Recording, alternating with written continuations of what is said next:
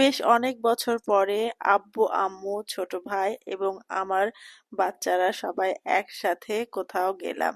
কোথায় গেলাম সেটা জানতে হলে পুরো ভিডিওটা দেখতে পারেন। হ্যালো এভরিওয়ান, আসসালামু আলাইকুম। কেমন আছেন সবাই? আশা করছি সবাই অনেক ভালো আছেন এবং সুস্থ আছেন। আলহামদুলিল্লাহ আমরাও ভালো আছি। বাচ্চারা সহ মোট ৭ জন আমরা একসাথে যাচ্ছিলাম। কিন্তু আমাদের ৬টা সিট মানে একটা বগিতে পড়ে আর আরেকটা সিট পড়ে অন্য বগিতে। তো আমার ছোট ভাই সেই বগিতে না গিয়ে এখানে আমরা সবাই শেয়ার করে বসছিলাম।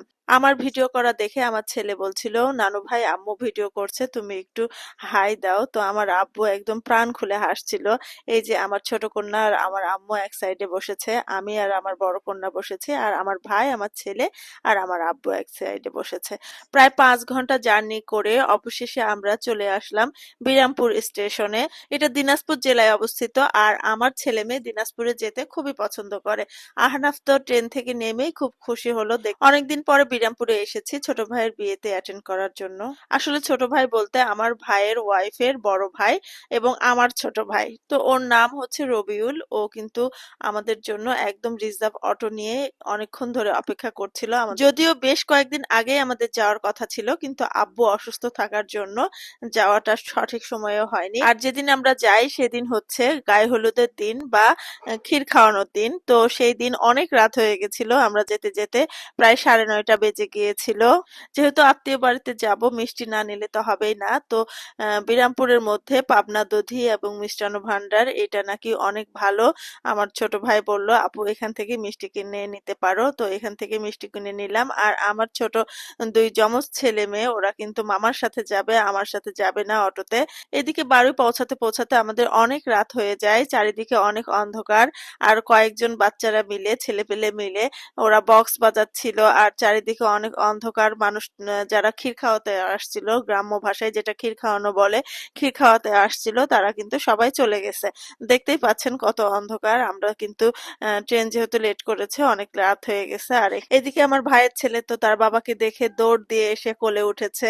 আর তার ফুপ্পি, ভাই, বোন সবাইকে দেখে, দাদা দাদিকে দেখে খুবই খুশি হয়েছে। আর আমার আব্বু তার নাতির ছেলেকে পেয়ে তো অনেক খুশি। তাকে কোলে নেওয়ার জন্য বলল যে, দাদু আমার কাছে আসো।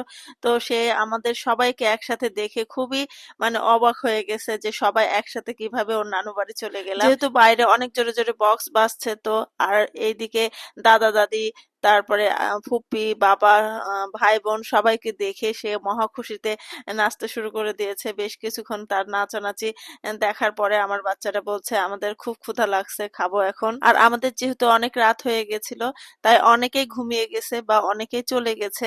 পরে আমি আবার একটু বাইরে আসলাম ভিডিও করার জন্য। দেখছিলাম যে সব বাচ্চারা এখানে নাচানাচি করছিল আর এইদিকে খাবার সব রেডি করছিল। এখানে দেশি মুরগি, গরুর মাংস, বেগুন ভাজা, সিম ভাজা অনেক কিছু রান্না করেছিল। তো আমি খাবারের ভিডিওগুলো তেমন একটা করতে পারিনি। পরে আবার একটু বাইরে চলে এসেছি। আর এই যে টেবিলটা দেখছেন, বিকেল থেকে কিন্তু এই টেবিল ভর্তি পান সুপারি সাজানো ছিল। কারণ গ্রামের বিয়েগুলোতে টেবিল ভর্তি পান সুপারি দিতে হয়। মানুষ গায়ে হলুদ দিতে যারা আসে বা ক্ষীর খাওয়াতে আসে, তখন ক্ষীর খাওয়ানোর পাশাপাশি এই টেবিলে এসে যে যার মতো যে কয়টা ইচ্ছা পান খেতে পারে বা যত বেশি যে পান খেতে পারে, কোনো বাধা নেই। অন্যদিকে মিষ্টি আমাকে বলছিল যে, আপু প্রচুর পায়েস রান্না করা হয়েছিল, সেগুলো শেষের পথে অল্প অল্প আছে। তো আমি উঠানের এক সাইডে সেগুলো রাখা ছিল, আমি সেগুলো দেখতে গিয়েছিলাম। এই যে হাঁড়িটা দেখছেন, এই হাঁড়ি ভর্তি কিন্তু পায়েস রান্না করা হয়েছিল, কিন্তু সব শেষ হয়ে গেছে। এইদিকে সকালবেলা ঘুম থেকে উঠে আমি ব্রাশ করতে করতে একটু বাইরে বের হয়েছিলাম। এই যে গ্রামের বাচ্চারা অনেক ভোরে ওঠে, আর গ্রামের মানুষরা কিন্তু এশার আজানের পরপরই ঘুমিয়ে যায়, আবার ভোরেও উঠে যায়। আর এইদিকে আমি সকালবেলা, সকাল না তখন ১১টা, ১১:৩০ বাজে, সেই সময় আমার মেয়ে জোর করে ধরে আমাকে মেহেদি দিয়েছে। সেই মেহেদিগুলাই উঠাচ্ছিলাম দাঁড়িয়ে দাঁড়িয়ে। আজকের ভিডিও থেকে তাহলে এখানেই বিদায় নিচ্ছি। নেক্সট ভিডিওতে দেখাবো বিয়েতে কি কি করলাম, কোথায় গেলাম। ইনশাল্লাহ আপনারা সবাই দেখবেন আশা রাখছি। সে পর্যন্ত সবাই ভালো থাকবেন, সুস্থ থাকবেন। সবার জন্য অসংখ্য দোয়া রইলো। আমাদের জন্য দোয়া করবেন। আল্লাহ হাফেজ।